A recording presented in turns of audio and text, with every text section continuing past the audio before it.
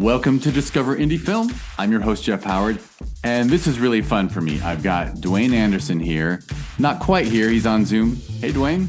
Hey, Jeff. Duane and I met at the Sherman Oaks Film Festival just last year in 2022 because his film, 30 Meetings, 30 Days, was an official selection, and I'm just going to make him suffer and rattle off all your awards. 30 Meetings, 30 Days won Best Featurette Drama, Best Director, Best Lead Actress, Best Performance by a Cast, Best Screenplay, and to top it off, Best Cinematography, which I thought was extra cool. I guess I should have named, when I say Best Lead, obviously writer and director is you. I didn't copy and paste the lead actress's name, but it's Emily Goss. Emily Goss. Emily Goss. Wow, I could remember that. I must have just read it like 10 minutes ago. And but I do have, and your cinematographer was Bianca Klein. Yep. Yeah. So just an excellently made film all around. The jury just obviously ate it up. Just a brilliant film. And then Duane actually sent me a link to a feature he made back in, I guess, 2016, 2017 is when you finished it, I imagine. Yeah, no, it came out in 2006. It premiered at festivals in 2016. I think it was released finally in like early 2017, or late 2016. And that's called Super Powerless, so we'll be able to talk about both. I didn't confirm this with you, but Omeletto, right? If people want to watch 30 Meetings, 30 Days, they can just go to the Omeletto website and search for it, or Omeletto is essentially a YouTube channel. Yeah, I think if you just kind of type in 30 Meetings, 30 Days movie, YouTube, Omeletto, something like that, it should come up. Yeah.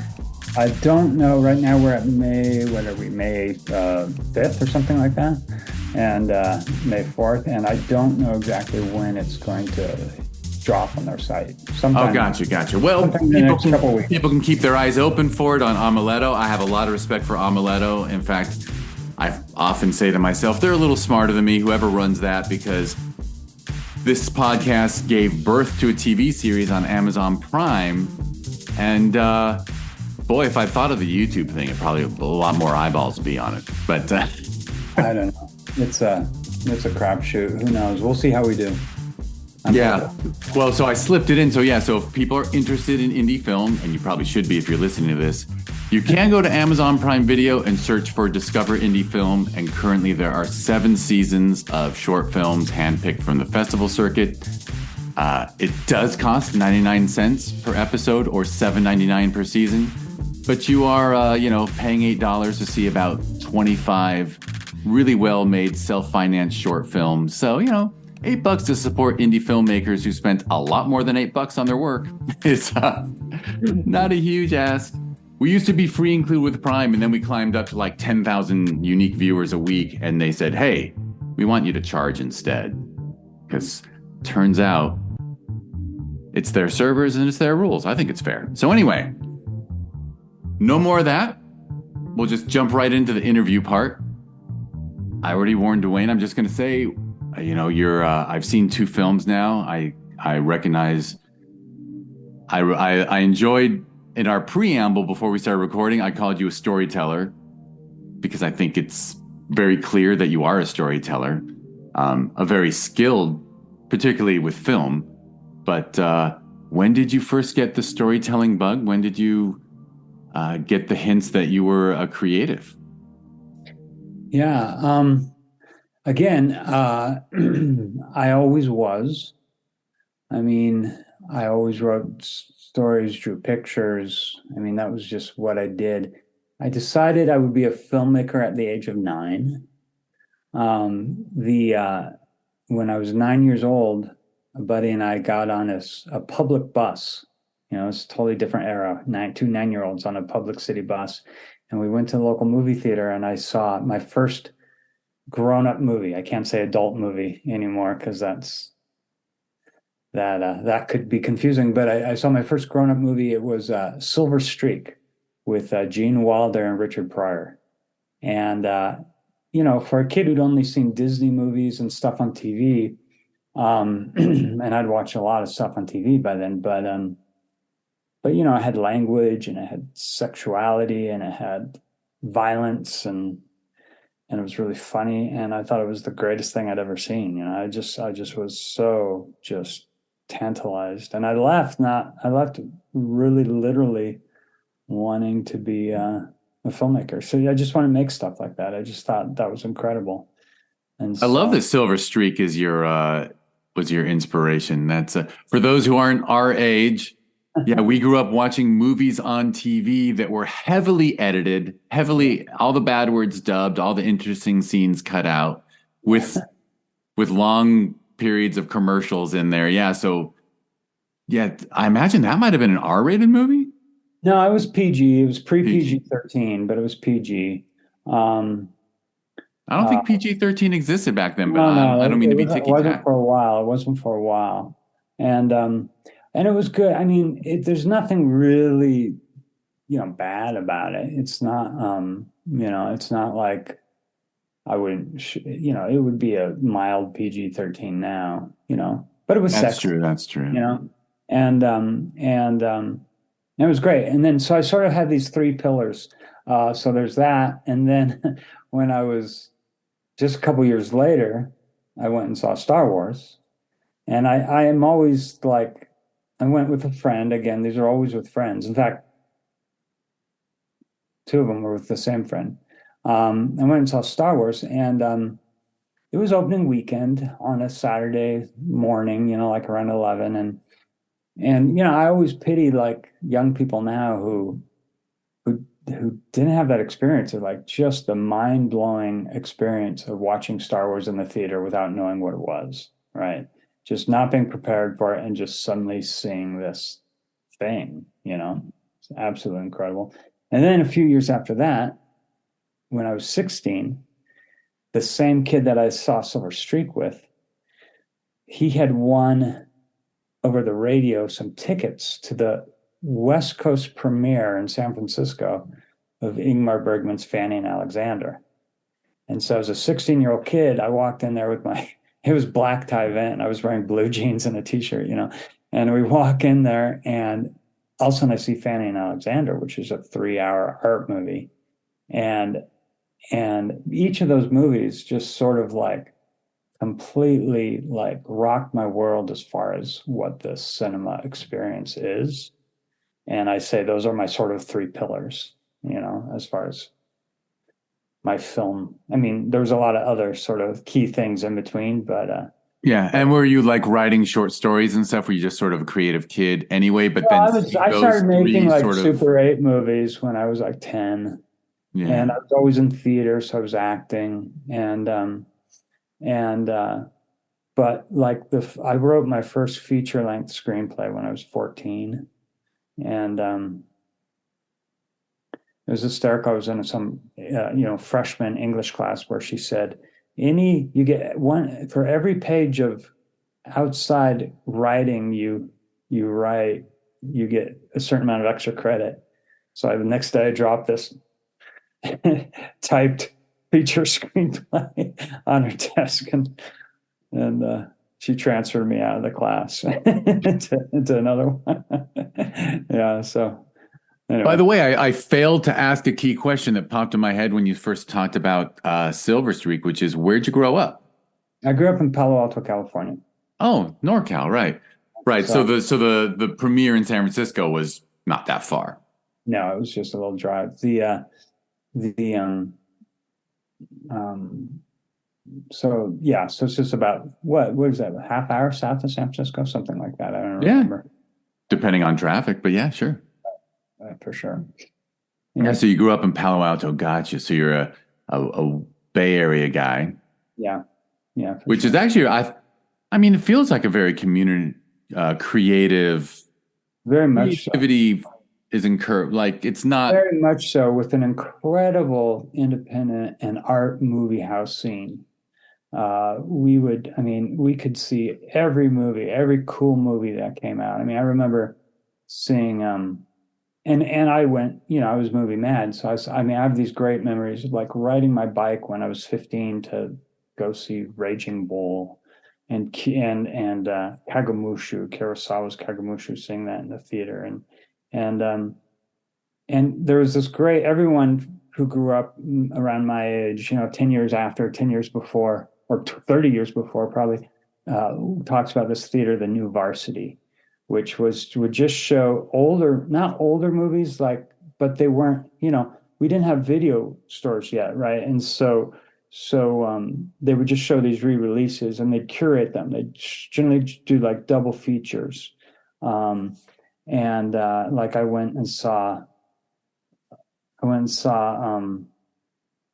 well, I know we saw La Cage aux Folles 1 and La Cage aux Folles 2, so they do those little sort of curated back to back. They did a late night thing once where I saw Let It Be and Magical Mystery Tour, and things like that. And so it was just an amazing place to go. When I was a kid, I went there, and then for Ape Mania, they showed like 4 Planet of the Apes movies in a row, and so just these amazingly cool film experiences, and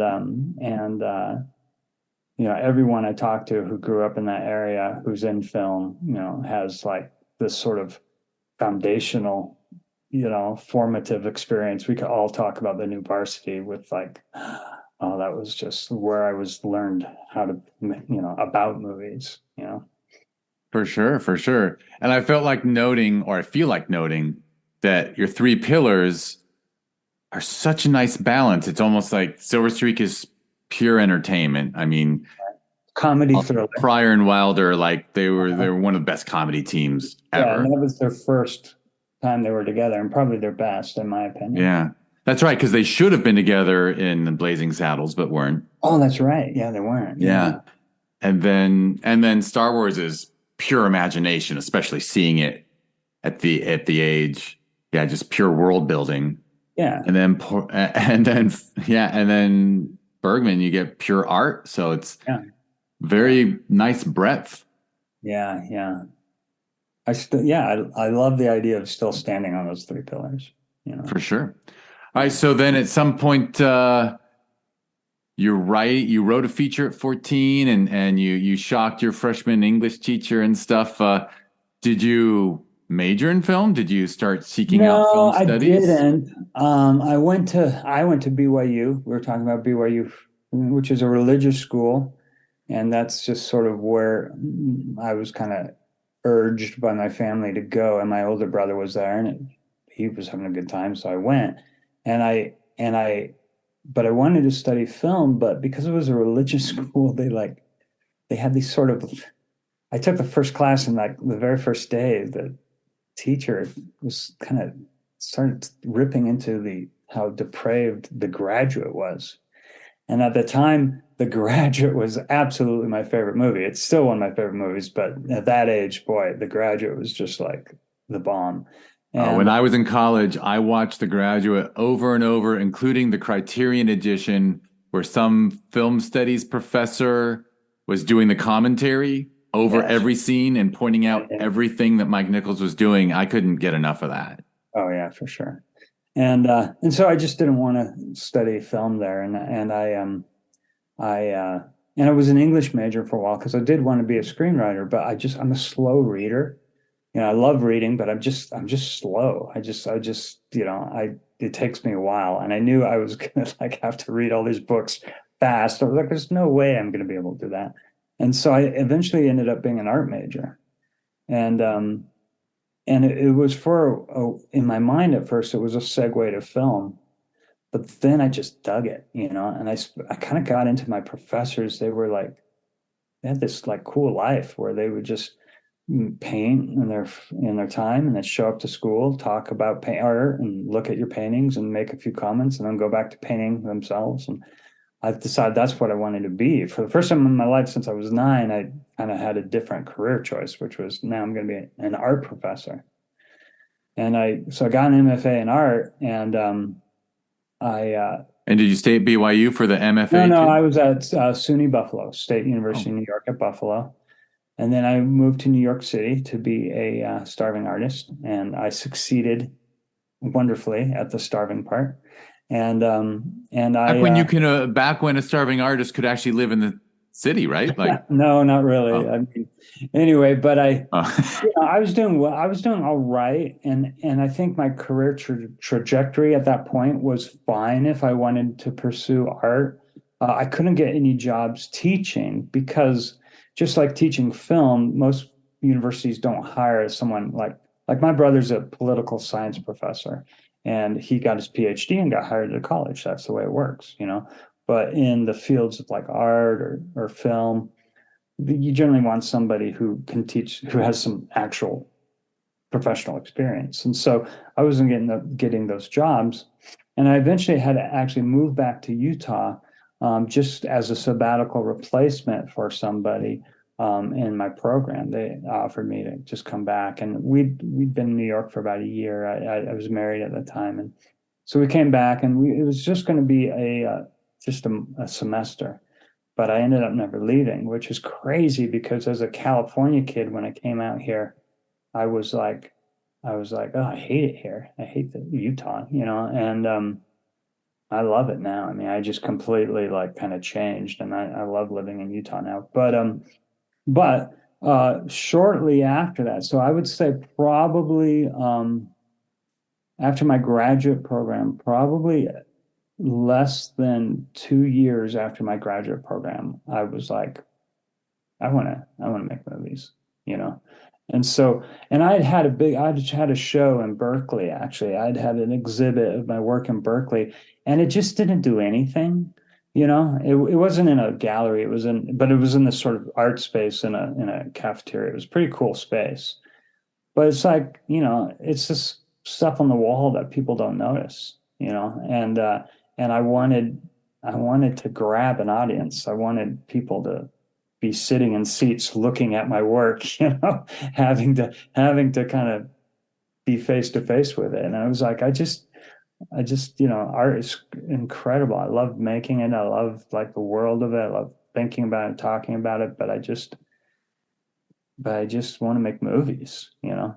And so I started screenwriting again. And then in my screenwriting, that little momentary screenwriting career actually, again, was a nice trajectory. My first thing that I wrote then, and I'd been writing all my life, you know, but that first thing that I wrote sort of, okay, now I'm going to focus on this instead of going out and painting every night, I'm going to be writing.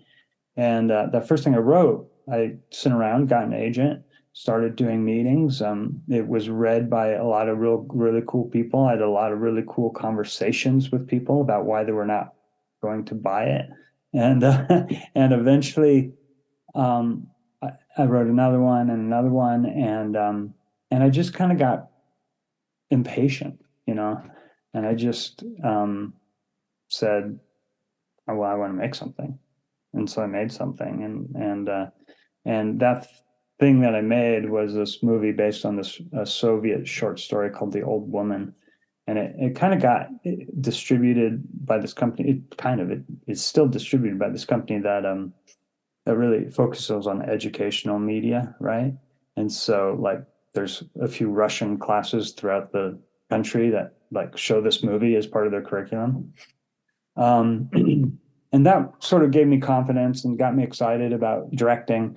But it also, I had brought in some crew. It was all like, I mean, the whole thing we shot for like a few $1,000s, right?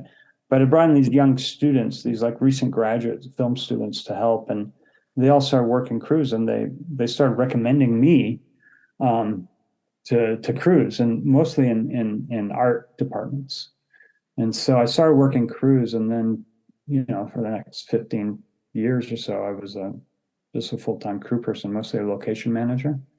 And then, but I was trying to produce, and I met a guy named Dave Boyle, and he was a young kid, 15 years younger than I was, but you know, I immediately saw him as being someone who was super talented and really creative, and he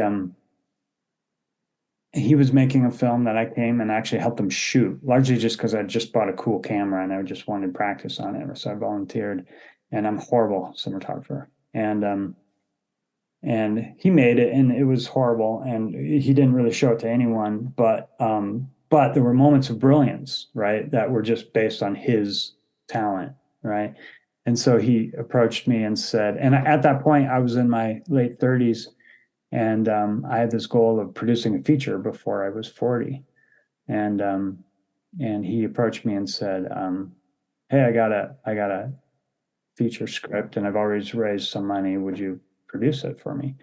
And I said, "Yeah." I read the script, and it actually needed a good amount of work, but the third act was like some of the best stuff I'd ever read. And I said, "Man, this is so exciting." And so I got on and I kind of helped him with the script, but he did most of it. And that movie was called Big Dreams Little Tokyo, and it played at a lot of festivals. It premiered at AFI, and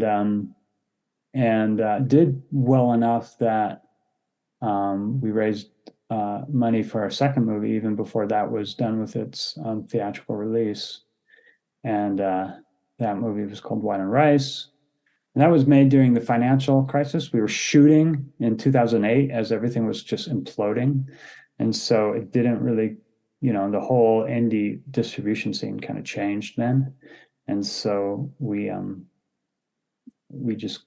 kind of shifted, and we were shooting. This is my spiel. I've gone on a bit, but what happened is we were shooting pickups for that movie. And it's a movie I really like, but it just didn't really do much. And we're shooting pickups for that movie, and it was just by our cinematographer, Bill Otto, Dave, and myself. We're just shooting like, we'd done most of the editing. We're getting like exteriors and stuff like that. And we said, boy, this is fun. Wouldn't it be fun if we just like made a whole movie this way?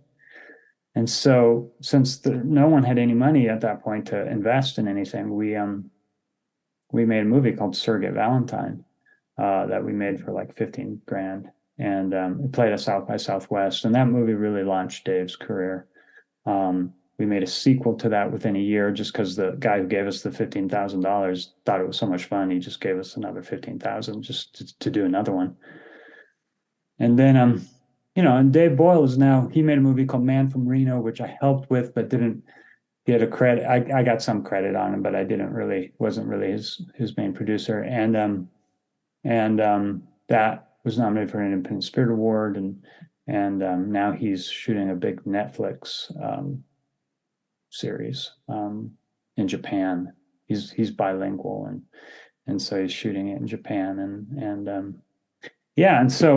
And during that time, after I started making things with Dave, a bunch of other people, I started doing a lot of line producer work, and so that's sort of my indie career. And then, well, and I have a question that I hope it doesn't derail you too much, which is, were you in Utah the whole time for all that? I was in Utah the whole time. I mean, I'm just going to add that it's kind of extra impressive to get all that done away from LA in a way, because Utah actually has a pretty cool indie scene. Lots of movies are made here, and it also has a kind of a Hollywood scene. So there's lots of people who come here to make movies,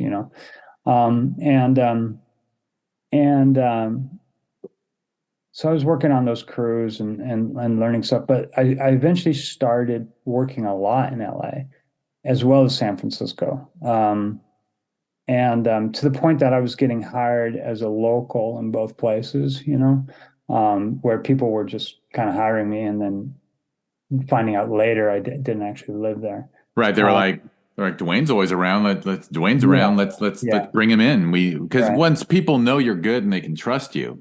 Yeah.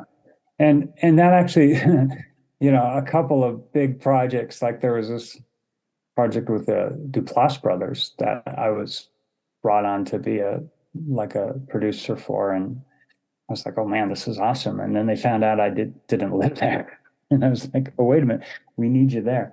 And there was another project that was a really big project. It was actually a Greg Araki project that he wanted me on, and then found out I didn't live there, and I hadn't shot there yet. I at that point, that was based on White and Rice. He saw White and Rice and brought me on as a potential producer. I can't remember the name of the film it was. It was had a funny name. It played at Cannes, played at Sundance, but I wasn't part of it. But it was good because I hadn't shot. I'd only shot like a few days in LA, And later I produced several movies that were just strictly in LA, and I had a lot to learn. And so I was glad. And not only that, but and in our interviews, I probably shouldn't say this because, but it's not Greg's fault. And I haven't said the name of the film. So, but they got flipped, right? They were non-union. And I remember saying, this is a pretty big project for non-union, and I'm not really comfortable doing that in LA, even though I didn't even know, but my instinct was telling me that that was a bad idea, and they did get flipped, which is something that I've had, I've known several people have happened to, but I've always avoided. And so I've been able to avoid it. Um, anyway, I mean, so anyway, but during all that time, I was a producer. And one of the things that kind of happened to me was, I made that first film. It was kind of a weird film. It was like 50 minutes long. So it doesn't really fit in any category. That's one that's now used for education. But then I made a second film that was a short. And I remember coming home to my wife and saying, I don't think I'm not, I don't know. I was directing both of those. I said, I don't know what I'm doing as a director. I don't feel very comfortable, but I really am good at the producing stuff. And so that was really my focus until very recently. And the change is that I now am a full-time teacher. So I was hired to start teaching film. And, I don't have to gig. I don't have to like get on as a line producer anywhere. And I could just sort of focus on my own creative stuff. Yeah, so when you got into teaching, that was after That all the wasn't hustling and yes, I mean not like you were hustling, but all the working on variety of yeah, projects, variety of I had been sometimes line producer, crewing. sometimes producer, sometimes this, sometimes that. Yeah, I had been crewing. I crewed for about 14, 15 years. And then from my 40s to by the time I was 50, I'd produced a lot of movies. I produced like maybe a dozen features, most of them really, really small. They always like did really well at festivals. I've had, films at all the big festivals and stuff, but none of them really ever made any money because they were all such small films. And so I always had to like, make a living editing and doing other gigs. And the teaching job came along really accidentally. I didn't plan on it, but the school nearest my home happened to also have like the best program as far as like, hands-on production. So that's the program where I would always bring out interns and stuff, and always had a really great experience. And that was Utah Valley University. And one day in one of those lulls of freelance, right, when it just nothing seemed to be clicking, I was on Indeed and I saw that they were hiring a full-time faculty person. So I thought, well, I've got the MFA from painting, but whatever. And I just submitted everything, and it's the biggest surprise of my life that they hired me. And but that's been, now like during the writer's strike and stuff, I'm constantly telling myself, man, I'm really lucky to have this full-time gig. Well, it sounds like getting the gig at the university meant that you could breathe and start thinking about the kind of director, kind of storyteller you want to be. Yeah, absolutely. It was good to have a day job, especially since, I've never made any money doing it. I really haven't. I mean, I've been paid, but I've never had that like big. I've never like really crashed the Hollywood gates.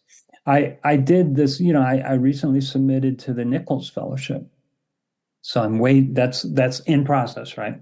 And I did that. I did that years ago with a film, and I became like I don't know, one of the finalists. I made like at least the first hoop, I think, which is and that was over a decade ago. It was maybe more than that. Geez, it was probably like 20 years ago. And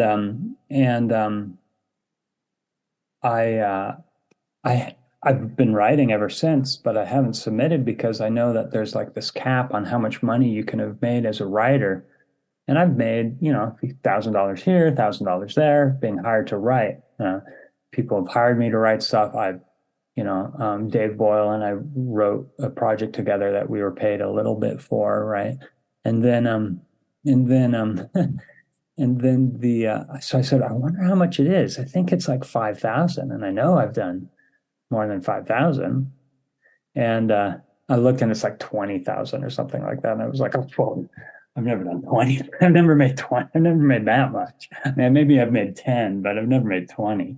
So, over years of writing, and so I've never quite like, had that payday, even a payday that's like union scale. And so Yeah, and probably a lot. Well, I'm projecting here, I guess, but probably a lot of the stuff where you'd have something good and someone would not install. I shouldn't put it that way, but like those $1 options and things that make you think that there's a chance that yeah. yeah, writers don't see a lot until No, until it's it's like made. winning the lottery. Yeah, it's till it's made. Not even option or even being filmed until like the Yeah. film is made. But it's also one of those things where the thing that you learn is in Hollywood, you can have a lot of really exciting things going on without anything happening at all, you know? So you can have movies that people are talking about and having all these meetings and you feel like this something's happening and then Names attached, yeah, yeah. production scale. I certainly won't name him, but just yesterday, a friend told me he just had two things die yesterday, like Yeah. with because of the strike, I guess. Yeah. But yeah, two things that he thought he was actually going to get a payday because it had names attached and this and that and blah blah blah, and he called all depressed. I think it was actually day before yesterday, but yeah, it's you can be right there feeling like, oh my God, really, really, and then And nothing. yeah, and so there's this sort of Zen thing and we were talking about being older before we started, and I think we're about the same age. I'm in my just beyond mid 50s, Yeah, and I think based upon the ages you gave when you saw when I was films, seeing those films, you are my older brother's age. We're 2 years apart, so yeah, yeah, so basically know, lived in the same world. and here's the deal: is I mean, I'm sure most people listening to your podcasts are a lot younger than I am, and they're who I was when I was in college and in my 20s and then in my 30s. And the thing about it is everyone I know who stopped making movies, right? But everyone that I know who has kept making movies has found some sort of success, and so that's really what it's about is you just keep going. I mean, I've been able to succeed based on I mean, I've already just said I've never really made a lot of money on it, but if you look at my career and my IMDb and whatever that is, and just the cool things I've gotten to do, I've had an awesome career. I've had a lot of fun. I've made a lot of really cool movies, and And you figured out a way to have food and board by yeah, teaching. and I So have a yeah, it's family not and like a you're. home, and all these good things, and so I kind of have it really good, um, and uh, and so you kind of have to get to this Zen place where it's about the work, where it's about just yeah, I make movies because I love making movies, and that's how I express myself, and it's not about being famous, because that is everyone I know who is successful, who what I call successful, who has a career in the film industry, none of them are where they want to be. I mean, Martin Scorsese struggles to get a movie made. So, I mean, everyone I know, I mean, I know guys who are really like famous, who, it's not like they can just say, "Hey, I got a new idea. Let's go into production." It's really Yeah, hard to get. not unless they happen to be able to self finance or make it micro budget. Yeah, no, you're totally. I mean, it's I don't think I've said this on a podcast before, but I met a dude at a barbecue once. We were talking about writing, and this is like 20 years ago. And he was impressed that I had something that had actually gone somewhere. He had had nothing go anywhere, but is super talented. It's Dan Harmon who, did Community and Rick and Morty and stuff. But he was like, I wrote this animation script and Spielberg and Geffen love it. And I had this meeting with them and Spielberg looked me in the eyes and said, I love this. I wish we could get it made, but, whatever, they had a release deal through Universal or whatever for SKG. And he's like, he basically was telling me, yeah, even if Spielberg wants to make it, it's not up to him. Yeah. Like even that level, people are like, I would love to make this, but I can't. It's not going to happen. Someone else said no. So when I had this incredible experience when I was in college, I I was doing this contemporary art class, and me being me, I had to write a paper on somebody, and the guy I wanted to write about, I actually just wrote and got in contact with, and instead of just so we ended up becoming acquainted, and so I could just interview him and stuff like that instead of just reading out of books because that's sort of the guy I am. But I went out to New York and we were hanging out, and he was saying, yeah, he was really hot shot for a while there in the 80s. And he was saying, but the work isn't selling. So I don't know what to do. And he was pretty vulnerable to this college kid, right?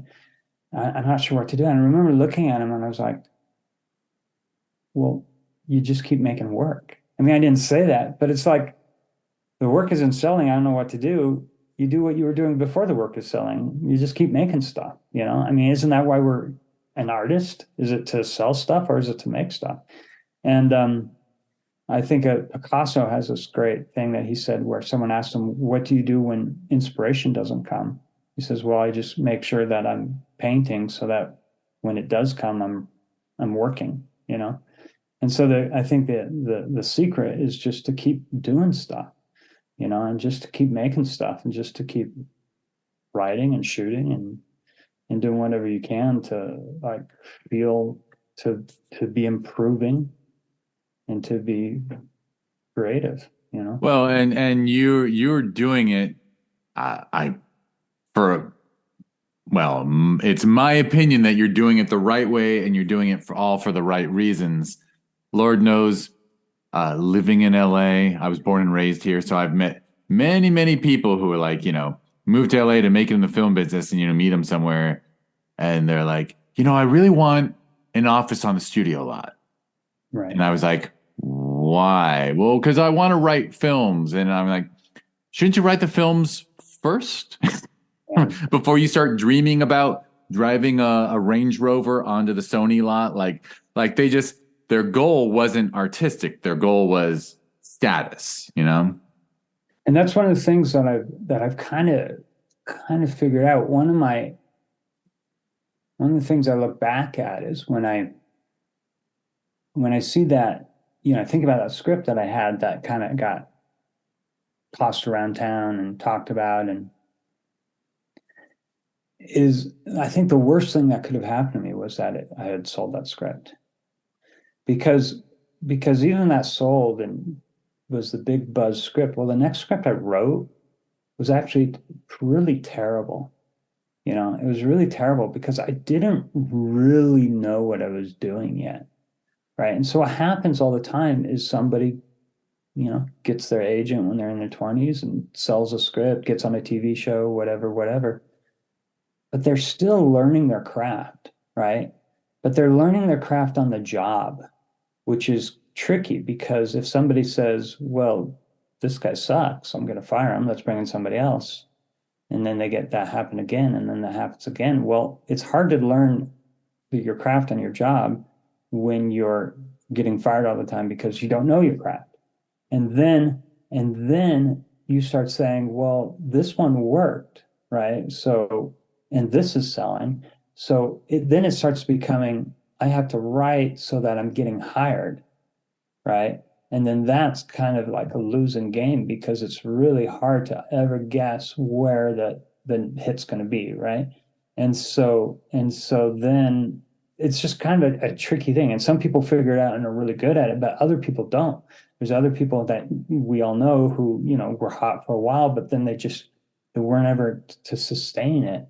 And I think, for me, I feel like, I don't know who I am to say this, but I feel like, well, I mean, writing now feels like second nature, you know. And no one's buying my scripts, but I just, I feel like I'm as good as I've ever been, and that I'm just getting started, which is a weird place to be because, no one wants to hire a 50-year-old anyway, but it's still like this, it's just like I feel very comfortable and competent with my craft right now. And I've had the luxury of learning it without having to, justify myself through salary in a way. Anyway. For sure, especially in this last well, my short-term memory's weak, but it sounds like you've got nearly a decade at the university, or No, a little I less. just finished yeah, almost a decade, not quite. Yeah, Yeah. yeah. Yeah, so in that time you've really been able to focus on the work and the art instead of the chase. Right. And you Which also learn by teaching because suddenly you're talking about something and it makes you think about, oh, it'd be really interesting if, what if I made a movie this way, in a for way sure. that you might not be thinking about if you're not like kind of thinking about some of these concepts. I mean, I'm a much better director because I've taught directing than I was before I'd ever taught directing. Well, I think you just gave me a great segue to mention 30 meetings, 30 days, because I remember from the Q&A that you wrote that script and made that film because you gave yourself a challenge, right? Like Yeah, all yeah. medium shots, I think. As far as promoting the film, we probably should have started with all this stuff. We've bored our audience so much that if they're still here for 30 meetings, 30 days, then I'm really appreciative. I have it on very good authority that there are at least 5 people who love this.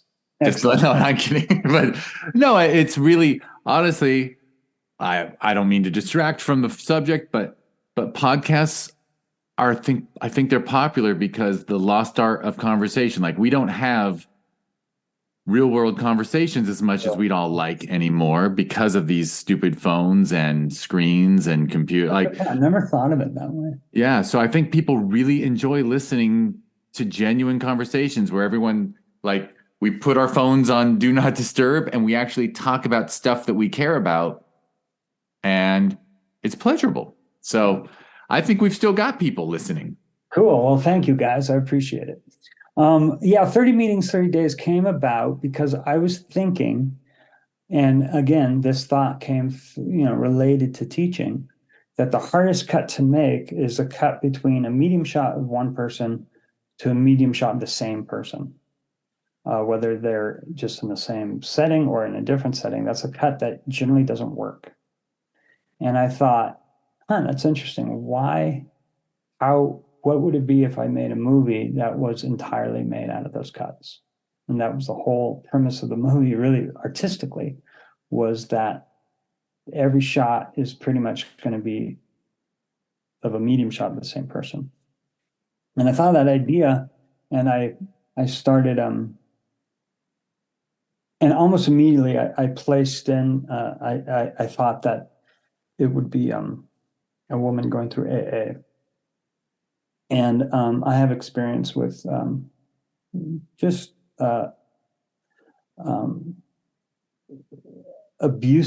self-abusive behavior, and I understand AA, and I'm not an alcoholic, but I've been through a lot of therapy and stuff that's like has brought me to kind of like 12-step programs and stuff like that, all the way into my childhood where, my dad sort of did some sort of counseling with people and stuff like that. Anyway, but so there was a world. Somebody asked me, well, what research did you do for it? And I was like, oh, I didn't do any research for it. My life, unfortunately, has been the research. But the reason for that was because I knew she would be listening to people, and I knew I also wanted to isolate her. in a way. And I wanted like everything to happen kind of outside of the frame of the story itself. So often she's in a meeting and she's just listening to someone, but also the key events of the story itself, such as her alcoholism, the DUI that kind of sent her to court, her court rulings, her all these different things that kind of happen. We kind of see her preparing for them, and then we see the result, but we don't really see the event itself. And so it's like she's kind of the audience is kind of isolated from these events and has to fill in those gaps, and she's kind of in a box separate from things. And so that was sort of all came together aesthetically pretty quick. I wrote the script in pretty much a night, and then I tweaked it a few times, you know. And then really the reason it got made was because of my cinematographer, Bianca Klein, who I'd worked with and who I think is brilliant. And I wanted, you know, I'd worked with as a producer. And so I sent it to her and she was like, oh, we've got to make this. You know, she was like, really like, I'm on 100% on board. I was like, oh my gosh, I could direct a movie with Bianca as my DP. And that was just such a privilege and such a exciting opportunity that I just said, okay, I'm pulling out money from my savings and I'm getting a new credit card and I'm going to make a movie, you know. And it'd been a long time because between Super Powerless, which was 2016, and 30 Days, which we shot in May of 21, I hadn't really made anything. Yeah, and Super Powerless had been a 4 to 8 year process for you. Yeah, and that had been the shoot. It had been a while, and so I'd made little things here and there, and I had the things that a couple things that happened is I had a big. We were just like exactly what we're talking about. I had a big project, you know, that had actors attached and everything for a script I'd written and directed, and you know, a lot of love about it, but just no one wanted to give us any money for it. And that was 10 years. So it was like 10 years of my life in development on this thing, you know. And then another project where I spent 2 years. It was a documentary series that I spent 2 years working with the directors as their main producer. We finally got it to a company that got it to Netflix, and it got green lit. But once that company and Netflix were involved, they have all their own producers, you know, all with more, some with more doc experience and others with less, but, you know, they all wanted to have their thing. And suddenly I was like the odd man out, and I do not have a credit. And it came out, I do not have a credit on the film though, but it was 2 years of pre-production for not really getting to be part of the movie. And I walked off. I didn't get fired. I just felt like it wasn't really ever my project. It was, you know, I was not the author of it. You know, it was a project that my friend was very passionate about, and I loved, you know, supporting them, my friends. And so it was just kind of like, I've been regulated to less and less and less, and to the point of like, you know, I had found a lot of the people who we were interviewing for this documentary and had nursed these relationships for a couple of years. And then I was going to go to lunch with one of them, and I was told I can't, you know, and I'm not allowed to talk to them without one of the other producers. And I was like, wait a minute, you know, so it was just like, you know, I just don't even want to be here anymore. And so I just resigned, and they were offering me a credit that I said no. Now I probably, you know, I question that, but not really. I hate that story. Actually, I have a memory of something. I had something similar happen where I was actually told something was moving forward, and I was like, all right, I'm gonna invite so and so to lunch. I think we should like sit down and talk because we're gonna work together. And I was told, don't. His agent doesn't want you talking to him, something like that. And it was like, why? Yeah, and that sort of thing. And there's just this thing where in the industry, you know, people really want control. And, you know, and it's one of those sort of things where, you know, they don't want, if you're not really on the project, you don't get to know. You don't get to know what's going on. You don't get to come in and give notes on the edit and stuff like that. And and I get that, and that's the way the industry is. But it was like, this is my project. This is, we set up this LLC together, to start this thing, and all of a sudden I'm not on it, and it was just kind of, it was one of those little feelings where you're in school and suddenly your best friend starts playing with someone new, and you're not, when you're a kid and you're jealous because they've got a new friend, it's that sort of thing. Yeah, but who are they to be with that? Even if you like that person, you're like, no, I don't like him now. But yeah, well, I chose to walk off. I thought about it a long time, and I made a choice. And the only time that I've ever really sort of regretted that choice was when it came out and everyone was talking about it. But then 6 months later, no one's talking about it anymore, and it's that's gone. true. Things don't have the shelf life they used to. They don't, yeah. And so, and it's just, it was a little emotionally challenging when people were saying, have you seen this? I was like, yeah, I saw it. It's great, isn't it? Yeah, it's great. Yeah. And then you have a little emotional like thing. I want to say that. Yeah, you want to jump in and go, by the way, but yes. Let me interrupt you and shift your gears back to 30 meetings. Right. I like talking to you, Jeff. Because it's an artistic triumph. I'll just say that. Like it's besides the challenge you gave yourself with the medium shots but you wanted to work with Bianca Klein, the cinematographer, but also brilliant cast. It's just brilliant. Cool. I mean, it feels like all the pieces for that came together wonderfully, right? Yeah, yeah. Bianca. I think the other movie, or one of the other things she shot shortly after she shot my movie, was Marcel the Shell with Shoes On, and so that was kind of her big. Now she's like studio person. Now she's like shooting big stuff.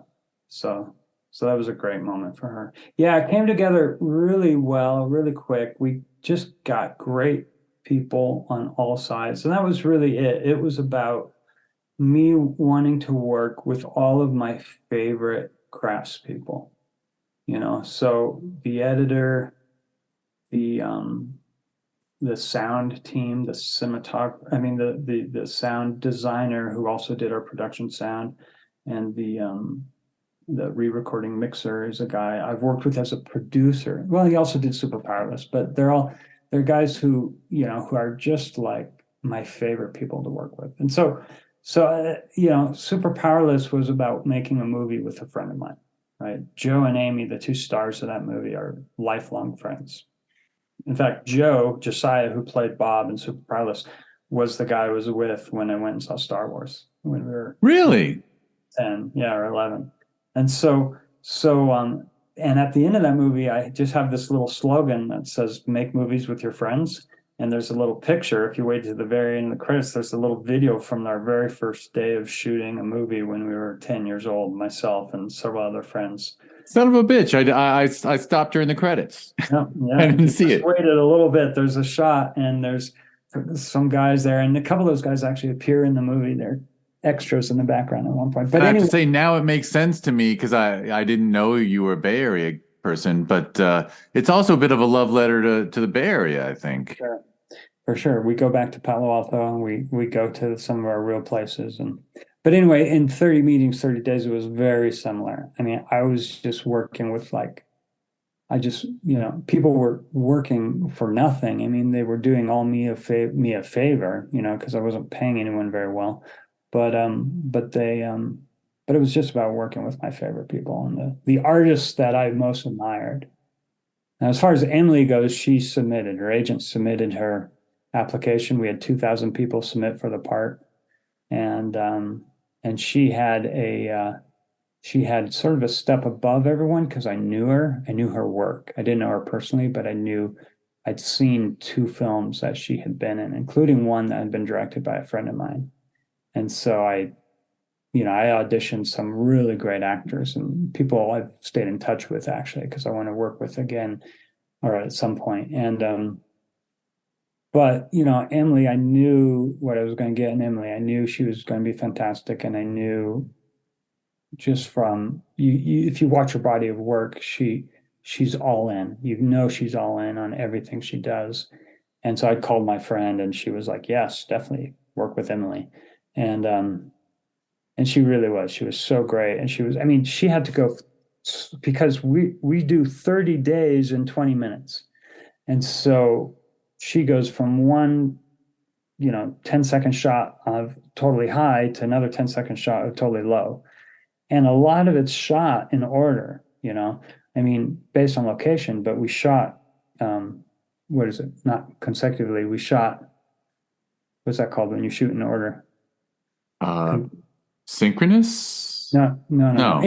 Anyway, but we shot in order, like in the house, and we shot in order in the AA room, and we shot in order, in our locations. And so there were times when she was like this low and this high in the very next shot, the very next setup, right?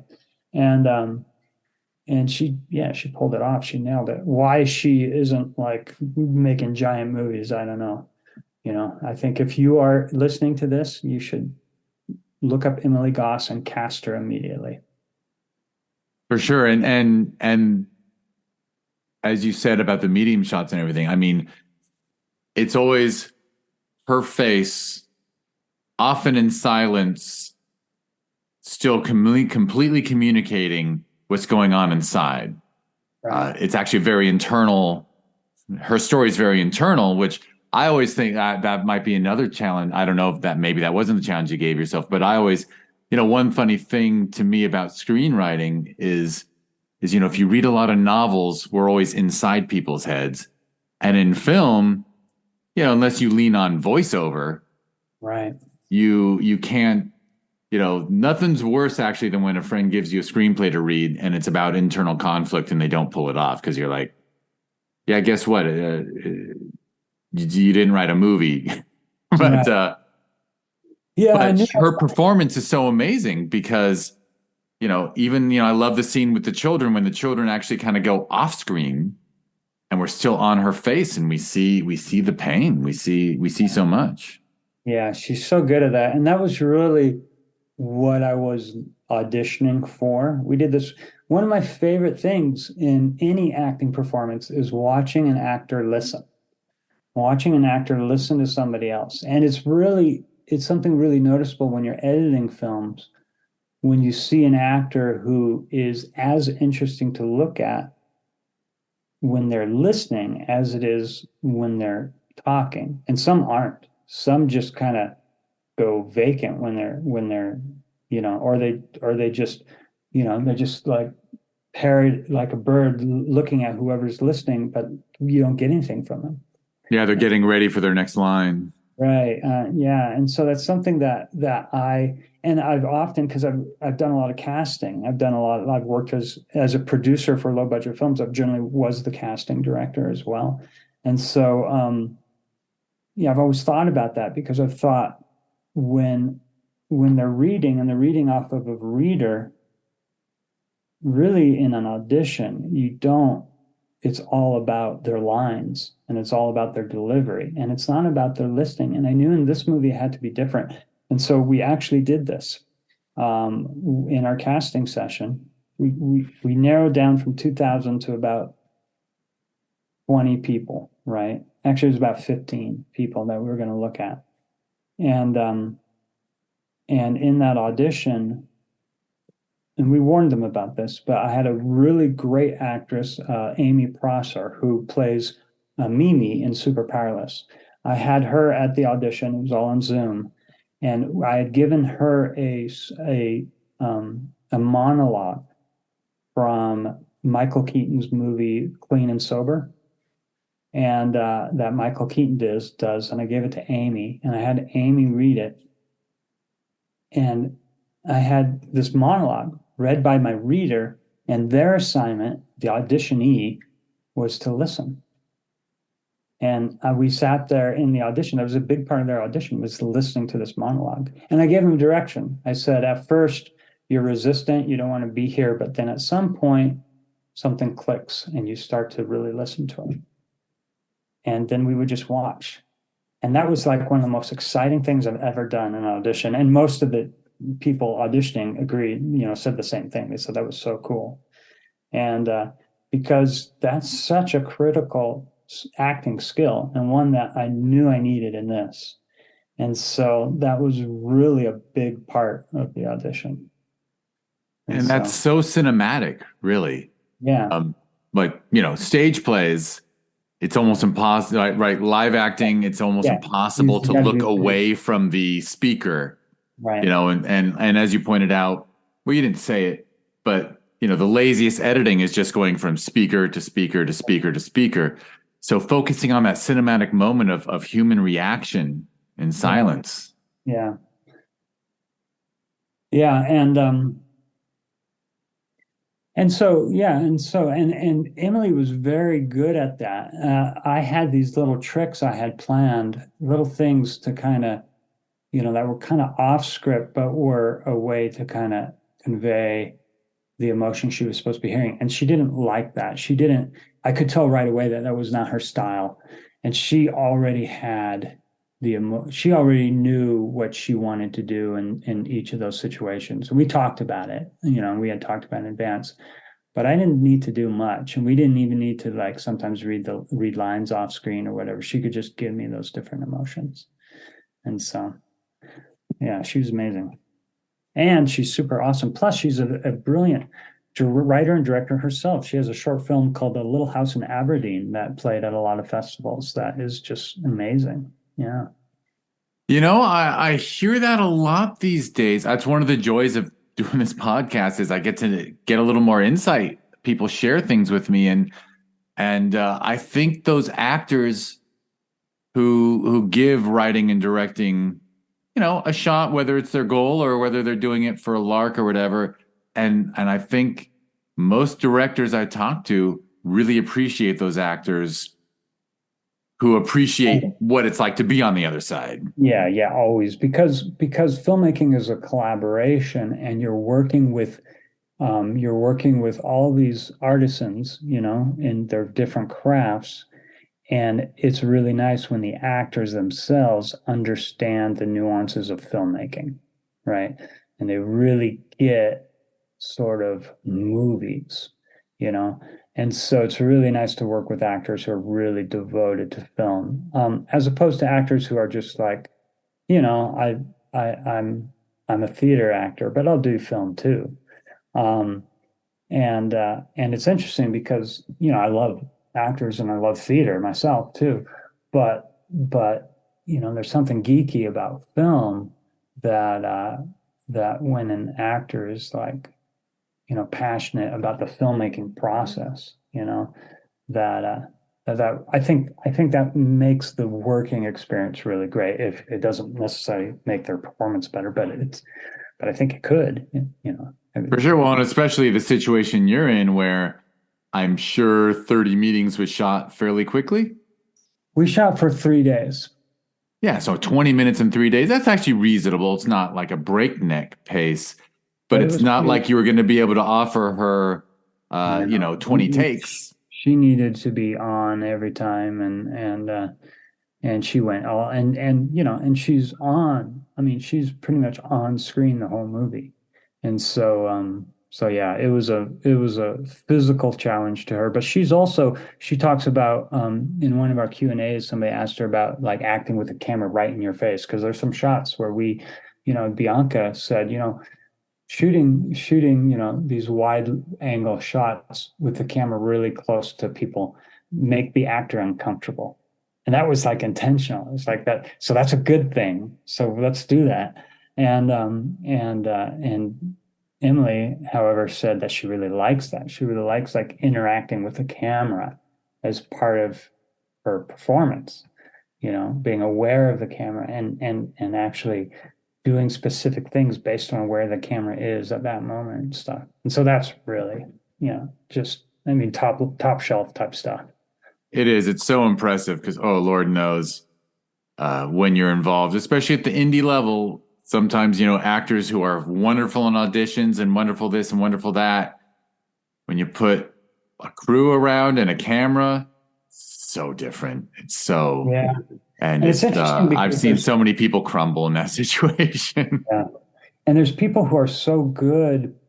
One of my favorite filmmakers is Sean Baker, and so much of his movies are with non-actors, um, Tangerine and Florida Project, and even going back to like Prince of Broadway and stuff. Almost always he's working with like non-actors, and he's able to really pull that out, and because he's able to boil it down to a real life situation and what you would do in that situation, and kind of make the camera go away, and um and then you see others where it's just like the worst acting, the horrible, it's just horrible, and so it's really about approach. It's really about approach from the director. And that's the director's responsibility, is making sure, because you could work with, someone who's like really like professional and trained classical type actor that needs a lot of like, okay, I need you to tone it down. I need you to tone it down. And you sort of stuff. That's not what you would say, but and then someone like a child who you need to just make sure it's completely real and they're in their own world, in the same scene. And so that's the responsibility for the director to kind of be aware of both those needs and be, making that work. It really is. It really is. It's funny. I'll share it because I think you'll appreciate it. But I was lucky enough to go to before Traffic came out. I got to go to like an IFP screening of it, and Soderbergh was doing a Q&A afterwards, and he said, my first priority as director is to create like a velvet lined slide that the actor can get in and go right where they need to go. He's like, my number one job is to make their job easy. Mm-hmm. And,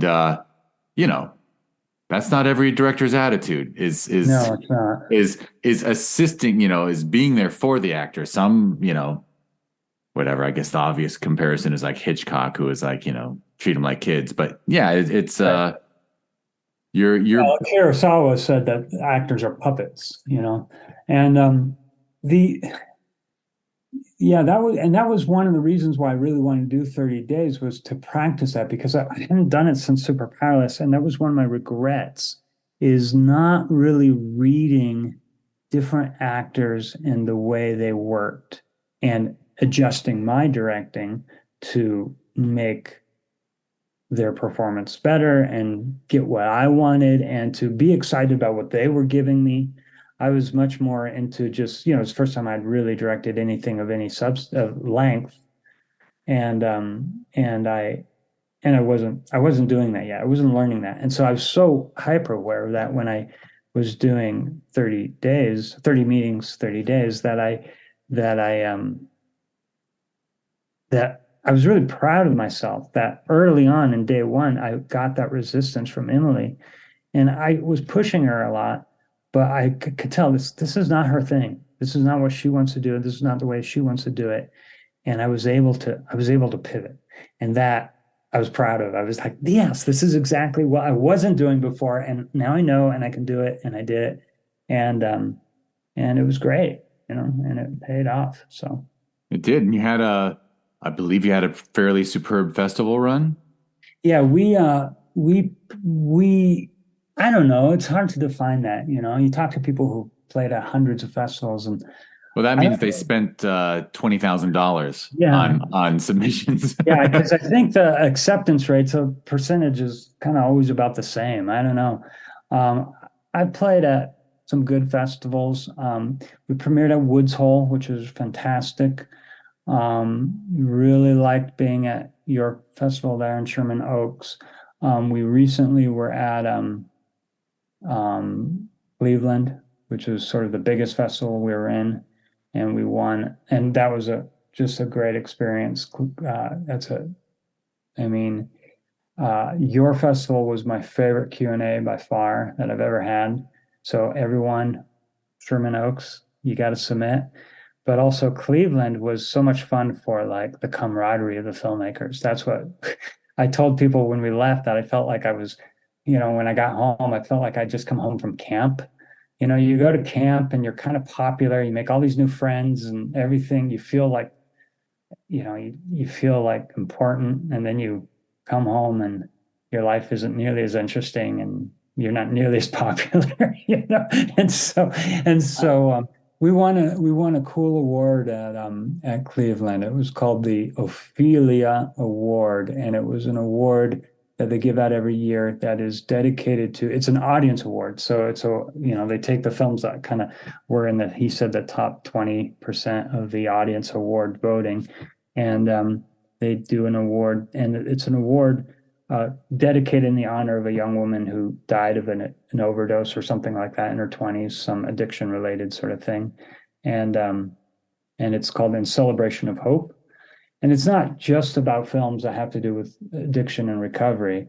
It's just about a film that is presenting hope, right? Right. Something. Yeah. There's a message of hope. But my film actually was about recovery and addiction, and so it was. So it was sort of perfect, and it was really great. It was really cool. And it has the loveliest of endings, I'd say. We don't have to give stuff away, but it certainly, I think often the power of a film is how that last feeling felt. Yeah. And 30 meetings, 30 days, for it's a rough ride with her at times. And you certainly give us the anxiety at times, and actually, yeah, your actor who joined you on stage for the Q&A, I have her name, Becca Pruitt. Okay. Yeah, she was so funny criticizing her own character for being, being the femme fatale. I'm like, it wasn't you, it really wasn't you. But I forget where I was going with that, but yeah, it was. For a rough ride, it ends up, honestly, just yeah, so hopeful. So yeah, we have that. It ends with that long dolly out, right? Which the whole movie has been in medium since that's the first time we've seen any sort of wide shot at all. And the movie's kind of long. It's like 20 minutes, and that dolly out's a couple minutes long. It's a long shot, and we're like, you really want to end a short film with this long dolly shot, and I remember texting Bianca, my DP, saying, we're considering cutting out the dolly shot at the end, and she texts back, don't you dare. I was like, I'm so glad, because I'm about to like get all whatever-y with you and say like it's just a brilliant final shot, because her level of discomfort through the whole process and being forced, court-ordered AA meetings, yeah. And that dolly out is like, you give the audience the sense of relief that she just got in that last moment. And it's just it's cinema. It's storytelling through picture and sound, And I think it really wouldn't have worked if we didn't include it. And then we did that thing with all the voices. That's sort of what I would call a symphony of voices that plays over that, which to me kind of helped justify the long dolly, because you're actually listening. If you're listening to these different people and you're kind of caught up in what they're saying, and so you're not like kind of like what, if it was just a quiet dolly and we were just listening to one person or music or something, I don't think it would have worked. And so we made it work. For sure. And it's wonderful that it's going to be on Amuleto, where I think in general, a lot of people get their eyeballs on Amuleto. Yeah. So yeah, it'll get the views it deserves. We're trying to push it out to like recovery groups and hoping that they're going to share it and that maybe up the numbers a little bit with that. Yeah, and since Amuleto's not exclusive, down the road it'll hopefully be part of the Discover Indie Film family and get on there for people plan to, on it. Yeah, people to see it. And I gotta stop doing stuff like this, but like if you had a Daddy Warbucks in your life, if there's like, I feel like 30 meetings, 30 days is the kind of film that if you had, $25,000 to throw at one of those Oscar publicists, there's those publicists that their job is specifically to get short films to the short film committee. Like, I feel you would have. I think I've been around long enough, because I've 10 years of film festival stuff, and I've seen the films that can afford that publicist and the ones that can't.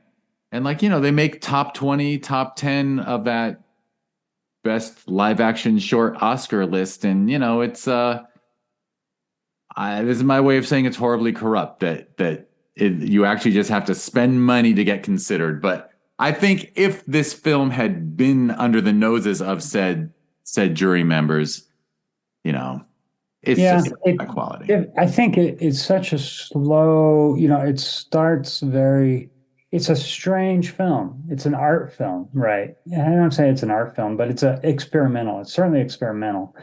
And it felt experimental when we were making it. And so I'm not surprised that there are people who when it doesn't get programmed, for instance, because I just think people will say, I'm not sure what I just watched, or if they're not really paying attention to it, they put it on and they're kind of checking their texts and stuff like that. They might just like not even know what this is. And Yeah, so it kind of requires a little dedication. a little bit. And you need the people who don't who care more about quality than running time, I Yeah, guess is what I'll say. I'll tell you who the best reactions. I mean, I've gotten a lot of audiences say that they love it, but the people who really love it are film people. The filmmakers love it because obviously there's a lot of craft there and there's a lot of sort of thought into the craft and the filmmakers get it and they see what's going on and they tend to. I mean, that's all of my biggest praise has come from my peers, which is great. For sure, for sure. Well, does it make you? Are you writing all the time? Do you have ideas, or do you wait for inspiration? I'm like Picasso. I'm gonna make sure that I'm Right. waiting for the. I actually just wrote a script last night, a short script that I just got really excited about. I mean, I wrote the rough draft. I wrote 9 pages of rough draft last night. The I have several things going on right now. I have 2 features that are out there trying to be discovered. I mentioned I entered one to the Nichols Fellowship, and the other I entered to the Austin screenplay competition. I haven't really done those before. It's a new thing for me, and so I've got both those out, and I'm not really holding my breath, but that's hopefully I can get somewhere. I just kind of need some. I kind of need at this point for both the scripts and manager because they're not micro budget things. They're things that people need to look at. And then I have another feature that and a short that I've written that really requires the approval of who it's about, right? So it's sort of based on a true story, and I've written it, and I'm building up a proposal package to this person who's a public figure. And if I'm told that they like it, then I might be able to make it. But I might just as easily be told, nah, don't do this. I'm asking permission, right, from this person. So we'll see on that one. And then I just mentioned this script that I had an idea for yesterday that I stayed up till 2 in the morning writing that I'm excited about, based for the very first time on a very autobiographical personal thing. I've never written like that before, where the main character is me at 16. And I've given him a different name, but I kept writing Duane. I kept having to go back and change it. No, it's not Duane, it's D. And but so that's down the line, and who knows with that. But I'm just starting a feature that I'm producing with my friend Josiah Polhemus, who was the lead in Super Powerless. And this is a very interesting film. It's called Evergreen and the Effing Spectrum. And it's co-written with my friend Josiah, who teaches at a film school or a performing arts school that for people with disabilities. So it's written with him by a guy who is neurodiverse on the autistic spectrum, and he's really brilliant. And he's written this great script, and he's going to direct it. And we're not sure exactly how this is going to look, but Josiah is going to co-direct just to kind of give him the support and the experience. And I'll be producing. And we're just setting it up. I'm meeting with my lawyer next week to set up an LLC, and we're going to try to raise money purely through a fiscal sponsor because it's not the sort of movie that's going to make a ton of money, nor is it one that investors are going to be like, "Ooh, this is going to make me money." It's going to be one that people are like, "This is a cause that I'm interested in and I want to support." And it's really about his story. It's about his story of trying to become a filmmaker while on the autism spectrum, and I'm excited about it. It's a really great script. So it's the first time I've kind of signed on just to be a producer of something for a long time, and so yeah, I got a lot of things in the fire. I was talking to just recently um, Lauren Hadaway, who made a movie called The Novice that came out a year or so ago. It's a really fantastic movie. But she had said, I had her talking to some of my students, and she said, making movies are like having children in the 1880s. You just kind of have to have a lot of them because you know that most of them aren't going to live to adulthood. And you love them, but you know that some of them are going to die. And I thought that was so brilliant and so perfect that I've been quoting it ever since. So I've That got a that lot of young nothing children. is more true. And I remember, I forget, I don't know which guru, maybe it was even some like, I don't forget who it was, but yeah, I remember when I was in college in the 80s and there was a film studies professor. He said, screenwriting is killing your children because you got to write that first draft and then you just got to start killing people off. You got to be. It is a brutal art form, but then again, I'm sure Picasso would tell you I've ripped up more canvases than I've shared. Another Picasso quote was, "Is art is as much about destruction as it is about creation." I think You that applies know, a bit too. I don't know if you can tell, I'm a huge Picasso guy.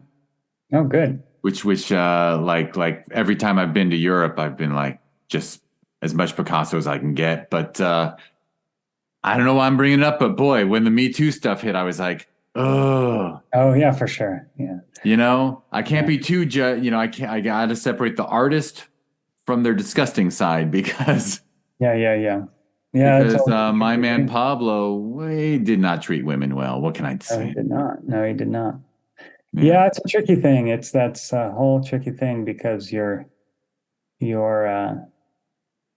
as someone said to me recently, all of our heroes have clay feet. yeah, So, you know, for sure. All right, well, feels like feels like a good time to stop. Although we didn't get into the stuff that we preambled about Powerless, but people well, should watch it. It's on YouTube.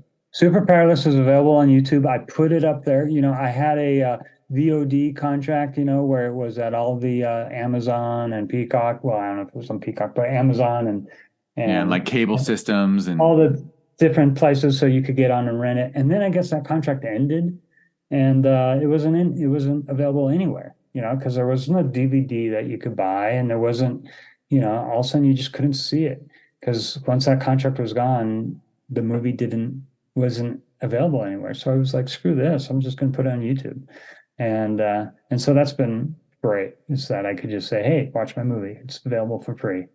I mean, it had outlived its time when it was making any money back. Not like it ever made a ton, but it wasn't really bringing in much. So might as well just get eyes on it.